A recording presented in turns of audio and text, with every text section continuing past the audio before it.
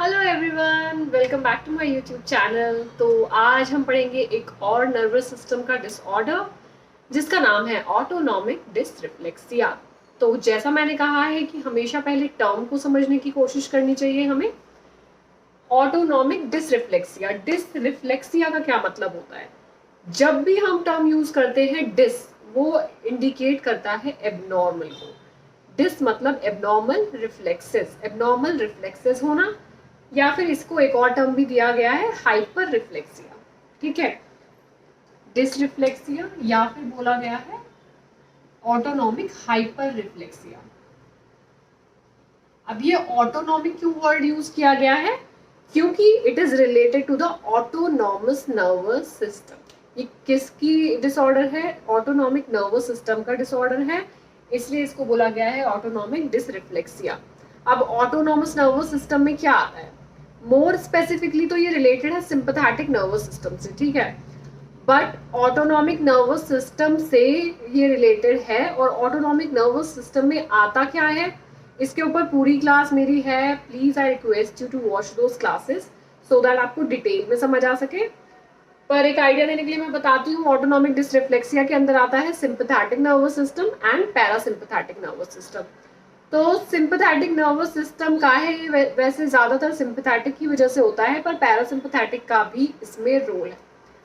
एक हमारा होता है सिंपैथेटिक नर्वस सिस्टम और एक होता है पैरासिम्पैथेटिक नर्वस सिस्टम। ठीक है, तो सिंपैथेटिक नर्वस सिस्टम क्या करता है? सिंपैथेटिक नर्वस सिस्टम क्या करता है, हर एक बॉडी का जो हमारा सिस्टम है उसको, उसकी एक्टिविटी को इंक्रीज करता है। लेकिन किसकी स्लो करता है? जीआई सिस्टम को स्लो करता है। बाकी सारे सिस्टम्स की एक्टिविटीज को क्या करेगा? ये इंक्रीज करेगा। ठीक है, और पैरासिम्पैथेटिक इसका उल्टा करता है। पैरासिम्पैथेटिक क्या करेगा? सारे सिस्टम को स्लो करता है, जीआई को फास्ट करता है। तो ये याद रखना है। बाकी डिटेल में मैं ऑलरेडी पढ़ा चुकी हूँ, तो ज्यादा डिटेल में जाऊंगी नहीं मैं। बेसिकली यहाँ जो हमें पढ़ना है, तो उसके लिए हम याद रखेंगे कि ये बीपी को इंक्रीज करेगा और पैरासिम्पैथेटिक बीपी को डिक्रीज करता है। वैसोकॉन्स्ट्रिक्शन कॉज करता है सिंपैथेटिक नर्वस सिस्टम, और वेजोडाइलेशन करता है हमारा पैरासिम्पैथेटिक नर्वस सिस्टम। अब होता क्या है, ये पैरासिम्पैथेटिक और सिंपैथेटिक नर्वस सिस्टम क्या है, इसको एक साथ काम करना है। होम्योस्टैसिस को मेंटेन करने के लिए इनको एक साथ काम करना पड़ेगा। एक साथ का मतलब ये नहीं कि सेम काम करेंगे, सेम काम नहीं करते, ये अपोजिट काम है, पर इनको एक साथ काम करना पड़ता है, कोऑर्डिनेशन में काम करना पड़ता है, सो दैट बॉडी में एक इक्विलिब्रियम मेंटेन रहे। अब मान लो कि इक्विलिब्रियम मेंटेन नहीं है, सिंपैथेटिक नर्वस सिस्टम स्टिमुलेट होता गया, वैसोकॉन्स्ट्रिक्शन होता चला जाएगा, होता चला जाएगा, और बीपी क्या है, इंक्रीज होता चला जाएगा। अगर ये नॉर्मल है तो क्या होगा, जैसे जैसे ये बीपी इंक्रीज हुआ तो पैरासिम्पैथेटिक स्टिमुलेट होगा और बीपी को कम कर देगा, तो क्या होगा, मैनेज हो जाएगा, बैलेंस होगी ना चीजें। बट अगर ये खाली ये सिस्टम स्टिमुलेट हो रहा है सिंपैथेटिक, तो बीपी क्या हुआ, वैसोकॉन्स्ट्रिक्शन होता गया, कॉन्स्ट्रिक्शन की वजह से हमेशा बीपी ज्यादा होता है। बीपी बढ़ता चला जाएगा, बढ़ता चला जाएगा, बढ़ता चला जाएगा, स्ट्रोक हो सकता है पेशेंट को, डेथ भी हो सकती है, सीजर्स भी आ सकते हैं पेशेंट को, अगर पैरासिम्पैथेटिक क्या करे, डिटेक्ट ना कर पाए और वो स्टिमुलेट होकर क्या ना करे, वैसोडाइलेशन करा के बीपी को कम ना करे। तो बेसिकली इस बीमारी में होता क्या है, ऑटोनॉमिक डिसरिफ्लेक्सिया में होता क्या है, ये स्पाइनल कॉर्ड की इंजरी की वजह से होती है। पर जब भी स्पाइनल कॉर्ड की इंजरी होगी, हम ऐसा नहीं बोलेंगे कि हर पेशेंट को ऑटोनॉमिक डिसरिफ्लेक्सिया होगा ही होगा, नहीं। सिर्फ T6 लेवल पर 1 2 3 4 5 6 T6 या फिर अबव, T6 और अबव इंजरी होती है, T6 और अबव इंजरी होती है स्पाइनल कॉर्ड की, तब होता है ऑटोनॉमिक डिसरिफ्लेक्सिया।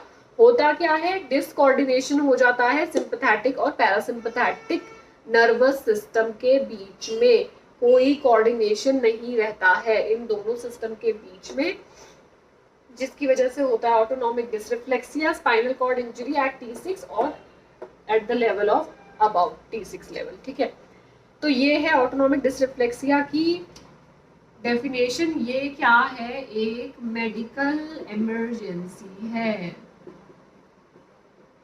ऐसा नहीं है कि हमने ऑटोनॉमिक डिसरिफ्लेक्सिया के पेशेंट को देखा और सोचा कि चलो बाद में ट्रीट कर देंगे इसको, कोई बात नहीं, it can wait. No, it can not wait. It is an medical emergency and we have to prevent it. First we have to prevent it, okay, then we have to detect and act. Medical emergencies, कोई भी जो भी medical emergency होती है, कोई भी हो, autonomic dysreflexia हो या कोई और हो, उसके लिए हमेशा याद रखना है PDA,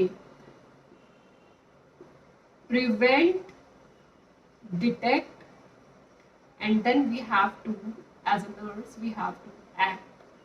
हमेशा मेडिकल इमरजेंसीज को प्रिवेंट करने के लिए हमें ये याद रखना है ये कि हमें सबसे पहले तो सारे स्टेप्स लेने हैं सो दैट हम प्रिवेंट कर सके, फिर बीमारी को हम डिटेक्ट कर सके, एंड उसके बाद जब डिटेक्ट हो जाए तो we have to act accordingly. तो ये था एक general introduction about the autonomic dysreflexia. It is caused due to the spinal cord injury और spinal shock above the level of T6. T6 के ऊपर के लेवल पर जब इंजरी होगी, and it is an medical emergency, so we have to act immediately and we have to take measures to prevent it and then detect, and we should act accordingly. पहले इसके causes देखते हैं सो that आपको patho आराम से समझ आएगी. Causes में होगा क्या, किस किस वजह से ये हो सकता है, फिर उसके बाद मैं कॉजेज के साथ ही इसकी पैथो आपको बताऊंगी, देन साइन एंड सिम्टम्स. ठीक है, आई होप इतना आपको समझ आ गया होगा. It was very easy. Autonomic nervous system आपको पता होना चाहिए, तो उसके लिए आपको खुद पढ़ना पड़ेगा. मेरी प्रीवियस क्लासेस आप चाहो तो देख सकते हो, उसमें मैंने पूरा एक्सप्लेन किया हुआ है ऑटोनॉमिक नर्वस सिस्टम को. अब कॉजेज के लिए ना, कॉजेज जो मेनली हैं आपको याद रखने हैं 3B. 3 B's are the causes of this disease. B and one another B. सबसे पहला होता है जो हमारा है ब्लैडर डिसफंक्शन. ब्लैडर में कोई प्रॉब्लम होना, ब्लैडर में कोई प्रॉब्लम होना मतलब यूटीआई हो गया, ठीक है, या फिर ब्लैडर का डिसफंक्शन है नॉर्मल, मतलब ब्लैडर में ब्लैडर अच्छे से क्या है एम्प्टी नहीं हो पा रहा है, यूटीआई की वजह से बहुत इन्फेक्शन हो गया है ब्लैडर के अंदर, तो वो सारी आती हैं कंडीशंस इसके अंदर. डिसफंक्शन हो गया या डिस्टेंडेड हो गया है ब्लैडर. दूसरा भी इंडिकेट करता है बावल के डिसफंक्शन को. बावल डिसफंक्शन में मोस्टली आता है इम्पैक्टेड बावल. बावल अगर इम्पैक्टेड है तो उसकी वजह से हो सकता है ये. और तीसरा है break down in skin. Break down in skin में कुछ भी आ सकता है, प्रेशर अल्सर्स हो गए है ना, या कोई वुंड हो गया, वो सब इसमें आता है. ब्रेक डाउन इन स्किन के अंदर आता है, कुछ भी हो सकता है, प्रेशर अल्सर या फिर स्किन के अंदर कोई इन्फेक्शन हो जाना उसकी वजह से. ब्लैडर डिसफंक्शन में कुछ भी आ सकता है, डिस्टेंडेड हो गया है ब्लैडर या फिर कोई यूटीआई हो गया है. तो ये 3B's मेनली क्या है, रिस्पॉन्सिबल होते हैं क्या कॉज करने के, ऑटोनॉमिक डिसरिफ्लेक्सिया को कॉज करने के लिए. ये नॉक्सियस स्टिमुलाई है, मतलब डेंजरस स्टिमुलाई है, इसको हमें तीनों को याद रखना है. ठीक है, इन तीनों सिम्टम्स को हमें बेसिकली याद रखना है. नॉक्सियस मतलब डेंजरस स्टिमुलाई अगर पूछे जाए कौन स्टिमुलेट कर रहा है इस बीमारी को बढ़ाने में, तो वो ये तीनों है. Bladder dysfunction, bowel dysfunction, and breakdown in skin. Breakdown in skin can be due to any ulcer present on the skin, pressure ulcer, or any infection which is present on the skin. It can cause the autonomic dysreflexia. It can lead to the disease. It can progress the autonomic dysreflexia and cause other symptoms.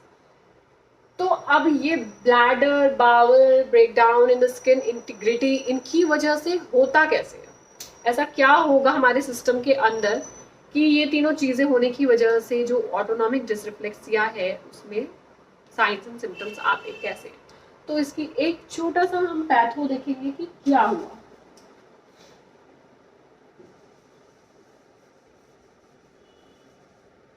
मान लो ये bladder full हो गया, ये जो हमारा bladder है ये full हो जाता है, ठीक है, ब्लैडर फुल हो गया। सबसे पहले क्या हुआ, फर्स्ट को लेकर चल रहे हैं हम, ठीक है, फुल ब्लैडर हो गया। अब जब फुल ब्लैडर होता है तो होता क्या है, नर्व्स हमारे ब्रेन में क्या करेंगी, मैसेज भेजेंगी ना कि भाई ब्लैडर फुल हो गया है, we should go and empty the bladder. ये होना चाहिए नॉर्मली। तो जो नर्व कैरी करेंगी ब्रेन तक,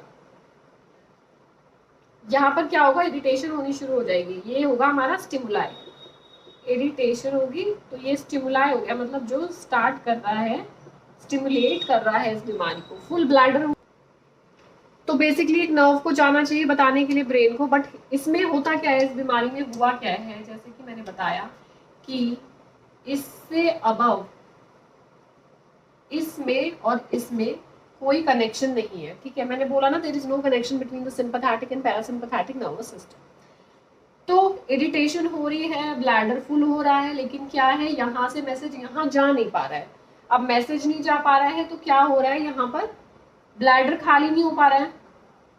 और सिंपैथेटिक नर्वस सिस्टम क्या है, हमारा सिंपैथेटिक नर्वस सिस्टम क्या कर रहा है, ऑलरेडी हाइपर स्टिमुलेटेड है, हाइपर रिफ्लेक्सिया है सिंपैथेटिक नर्वस सिस्टम में। तो क्या कर रहा है वो तो वैजो कॉन्स्ट्रिक्शन करता रहेगा, ठीक है।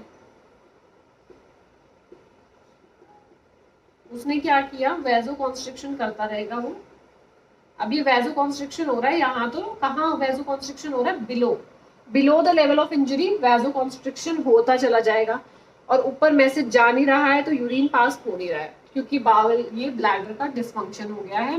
वैजो कॉन्स्ट्रिक्शन होगा तो क्या होगा, इंक्रीज होगा बीपी, ब्लड प्रेशर इंक्रीज हो जाएगा। जब ब्लड प्रेशर इंक्रीज होगा तो बिलो द लेवल कैसा हो जाएगा, पैलर हो जाएगा, स्किन कैसी हो जाएगी, pallor, cool and clammy skin हो जाएगी, ऐसा फील होगा। क्योंकि यहाँ पर फुल ब्लैडर हुआ, इरिटेटिंग स्टिमुलाई आ रहा है पर मैसेज जा नहीं रहा है, पर सिंपैथेटिक नर्वस सिस्टम तो अपना काम कर ही रहा है, वैजो कॉन्स्ट्रिक्शन तो होएगा ही, वो होता चला जाएगा, बिकॉज ऑलरेडी हाइपर रिफ्लेक्सिया है हमारे सिंपैथेटिक नर्वस सिस्टम में। बीपी जो है वो बढ़ता चला जाएगा, जिसकी वजह से होगा क्या, हाइपरटेंशन होगा पेशेंट में, कहाँ पर, below the level of injury. तो जब बॉडी में वैजो कॉन्स्ट्रिक्शन होता है और बीपी बहुत ज्यादा हाई हो जाता है या बीपी हाई हो जाता है, तो बैरो रिसेप्टर्स हमारी बॉडी में प्रेजेंट होते हैं जो कि हाई बीपी को डिटेक्ट करते हैं या लो बीपी को डिटेक्ट करते हैं। बैरो रिसेप्टर्स ये सेंस कर लेते हैं क्या, कि बॉडी में बीपी हाई हो गया है। तो जब बॉडी में बीपी हाई हो गया है तो ये क्या करेंगे, ये स्टिमुलेट करेंगे, किसको स्टिमुलेट करेंगे, ये पैरासिम्पैथेटिक नर्वस सिस्टम को। और पैरासिम्पैथेटिक नर्वस सिस्टम हमारा क्या कराता है, वैजो डायलेशन कराता है, अभी बताया था मैंने, वैजो डायलेशन कराएगा और इसकी वजह से हार्ट रेट कम हो जाएगा। हार्ट रेट कम होने को हम क्या बोलते हैं, ब्रेडीकार्डिया। तो यहाँ पर हो जाएगा पेशेंट को ब्रेडीकार्डिया। अब क्या है, बीपी कम क्यों नहीं हो पा रहा है, क्योंकि कंपनसेटरी मैकेनिज्म जो होना चाहिए था कि पैरासिम्पैथेटिक नर्वस सिस्टम ने वैसोडाइलेशन करा तो बीपी कम हो जाना चाहिए था, बट वो क्यों नहीं कम हो पा रहा है, क्योंकि ये जो वैजो कॉन्स्ट्रिक्शन हो रहा है वो इतना हाइपर एग्जैजरेटेड हो रहा है, क्योंकि सिंपैथेटिक नर्वस सिस्टम इतना ज्यादा एग्जैजरेटेड है कि उसने इतना ज्यादा वैजो कॉन्स्ट्रिक्शन करा और इन दोनों के बीच में कोई कनेक्शन नहीं रहा, T6 के अबव और बिलो कोई कनेक्शन नहीं रहा सिंपैथेटिक नर्वस सिस्टम और पैरासिम्पैथेटिक नर्वस सिस्टम के बीच में, जिसकी वजह से इस वैजो कॉन्स्ट्रिक्शन की वजह से कंपनसेटरी मैकेनिज्म जो होना चाहिए था वो नहीं हो रहा, इसलिए बीपी कम नहीं हो पा रहा है। बीपी ज्यादा होने के बाद बैरो रिसेप्टर्स ने अपना काम करा कि सेंस करा बीपी हाई हो गया है, फिर होता है नेक्स्ट स्टेप कि पीएनएस को स्टिमुलेट करना होता है। इट्स नॉर्मल, क्योंकि पीएनएस हमारा बीपी कम कराएगा, बीपी कम कराता है, हार्ट रेट कम कराता है, तो ब्रेडीकार्डिया तो हो गया लेकिन बीपी कम नहीं हो पाएगा, क्योंकि ये सिस्टम जो है वो बहुत ज्यादा हाइपर रिफ्लेक्सिया स्टेट में है, एग्जाजरेटेड है, इस वेजो कंस्ट्रक्शन की वजह से there will be no compensatory mechanism, no compensatory mechanism,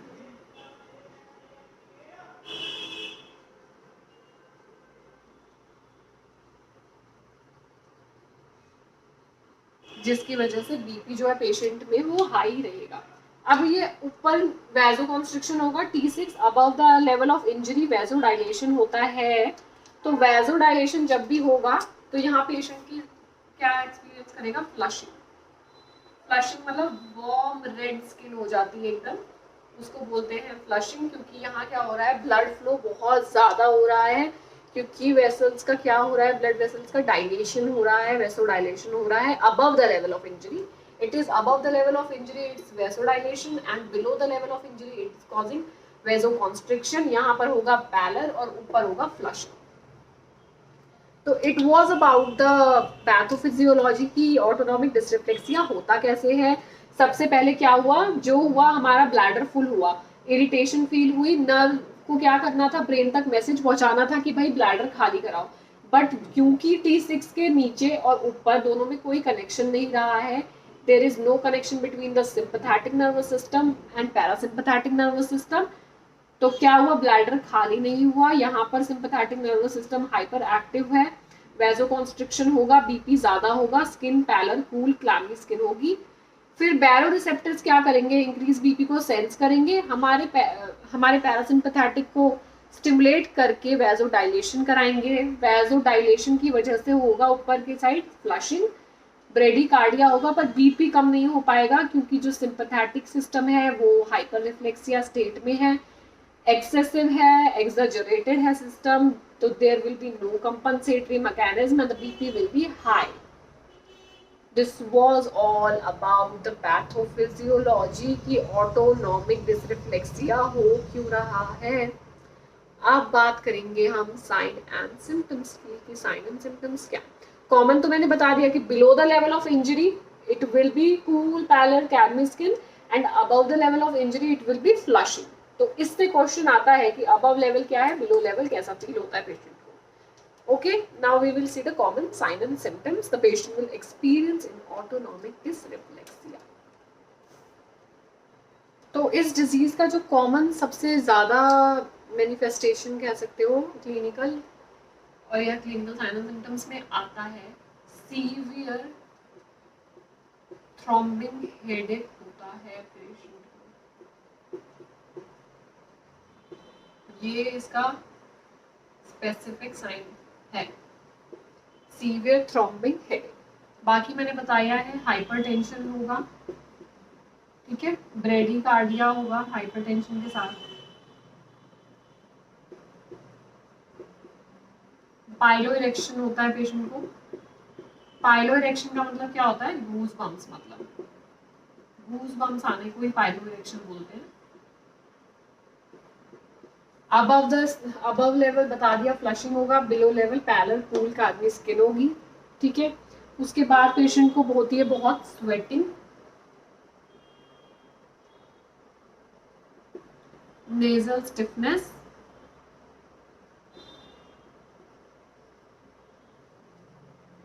और वही है कि पेशेंट बहुत लिथार्जी रहता है, रेस्टलेस रहता है पेशेंट, ठीक है, रेस्टलेसनेस,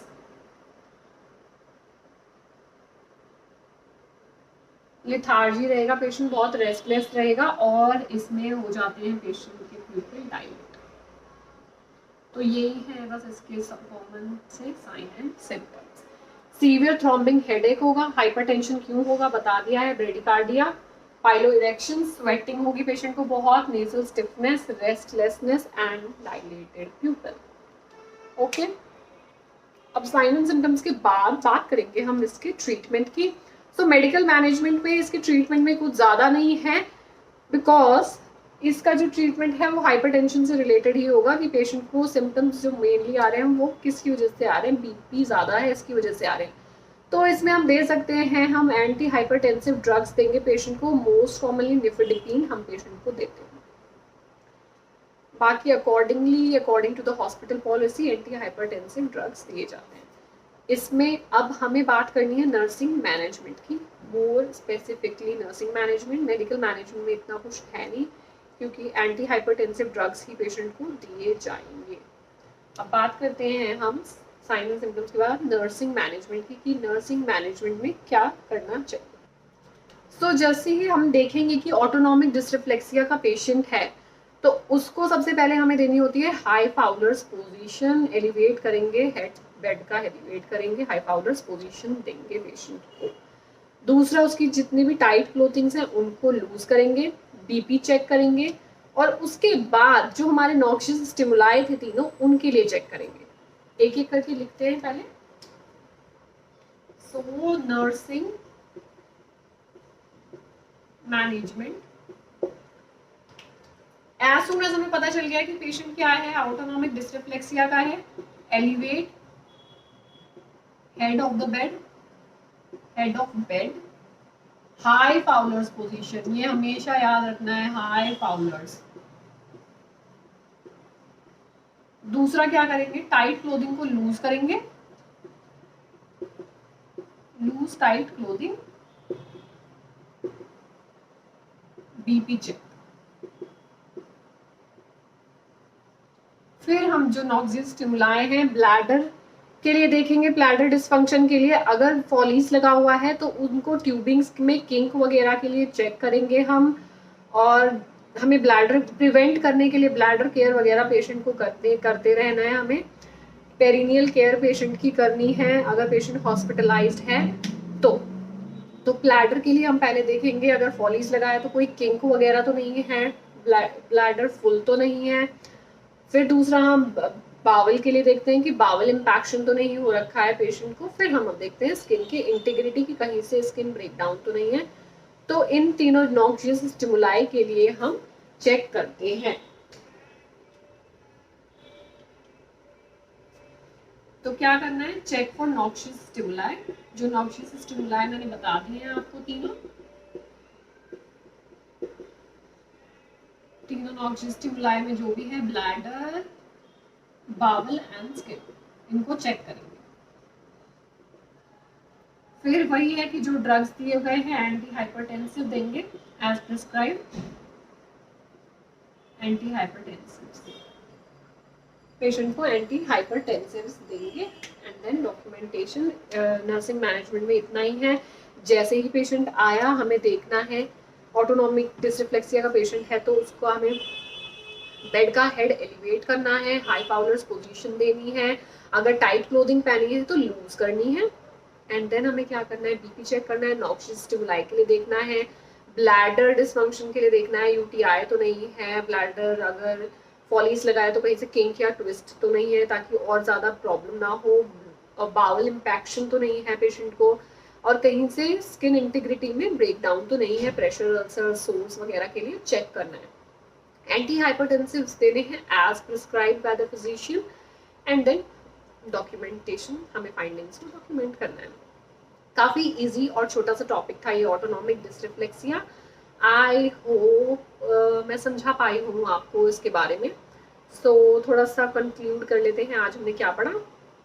ऑटोनॉमिक डिस्ट्रिफ्लेक्सिया होता किसकी वजह से है, स्पाइनल कॉर्ड की इंजरी की वजह से होता है या स्पाइनल शॉक की वजह से होता है above the level of T6 की वजह से। सिंपैथेटिक और पैरासिम्पैथेटिक नर्वस सिस्टम में क्या होता है, डिसकंटिन्यूशन हो जाता है कनेक्शन का। तो इसके कॉजेज हैं ब्लैडर डिसफंक्शन, बावल डिसफंक्शन या फिर breakdown in the skin integrity. तो साइलेंट सिम्टम्स में आता है सीवियर थ्रोम्बिक हेडेक होता है, हाइपरटेंशन होता है, ब्रेडिकार्डिया होगा, पाइलो इरेक्शन होगा, गूज़बम्प्स आएंगे, मतलब बहुत स्वेटिंग होगी पेशेंट को बहुत, और क्या होता है डायलेटेड प्यूपिल्स हो जाते हैं पेशेंट के। एंड देन ट्रीटमेंट में हम मेडिकेशंस में देते हैं anti hypertensive drugs, most commonly nifedipine देते हैं, हम नाइट्रेट्स दे सकते हैं। एंड देन नर्सिंग मैनेजमेंट में हमें ध्यान रखना है पोजीशन का, फिर नॉक्सियस स्टिमुलाई का चेक करना है, किंक वगैरह के लिए चेक करना है, ड्रग्स देने हैं as prescribed, and then document करेंगे अपनी फाइंडिंग्स। सो आई होप आपको मेरी क्लास पसंद आई हो।